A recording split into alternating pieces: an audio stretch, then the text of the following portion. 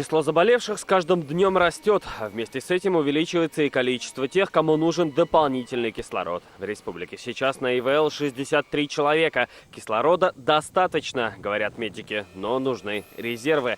А потому Минздрав республики делает дополнительную закупку медицинского газа. Были моменты, когда в отделениях реанимации находились пациенты, которые по своему состоянию требовали гораздо большего потока кислорода. Да? То есть один пациент может лежать, ему может идти, условно говоря, поток 5 литров в минуту кислорода, а кому-то может идти поток 50-60 литров в минуту. Напомним, накануне Нижнекамск-Нефтехим заявил, что увеличивает производство кислорода, чтобы обеспечить все больницы республики. В борьбе с ковидом не обходится и без потерь. Их несет и сама система здравоохранения. От коронавируса в республике умерли 12 медиков. 5 случаев признаны страховыми, в 5 случаях отсутствует связь заболевания с профессиональной деятельностью.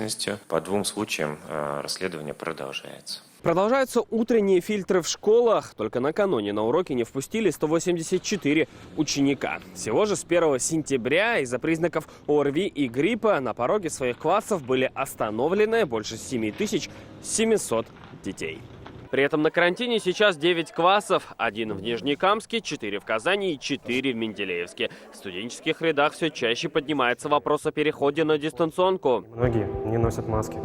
На потоковую лекцию приходит около 100 человек. Это ролик студентов Казанского университета. Сегодня он получил ответную реакцию от эпидемиологов. Роспотребнадзор проверит вузы на соблюдение эпидправил. В случае нарушений будут составляться индивидуальные протоколы. На сегодня вопрос о дистанционном обучении не стоит. Тот ролик, который записали студенты, не знаю, какого факультета, какого института, безымянные герои. Данным студентам, может быть, сделать другой ролик в части того, как правильно носить маски, как правильно соблюдать дистанцию, как правильно мыть руки. Эти меры, говорят, в Роспотребнадзоре помогут и в борьбе с сезонными заболеваниями. В республику поступила очередная партия вакцин от гриппа. На сегодня прививку сделали больше 1 400 000 татарстанцев. Это 36%. План 60%. А потому прививочная кампания еще продолжается. Салават Мухаммадуллин, Вадим Илларионов, ТНВ, Казань. Закажи рекламу на ТНВ. Телефон в Казани 5 705 100. Көтелмәгән кунак көттөреп кенә интернет челтәрләренә дә килеп җитте.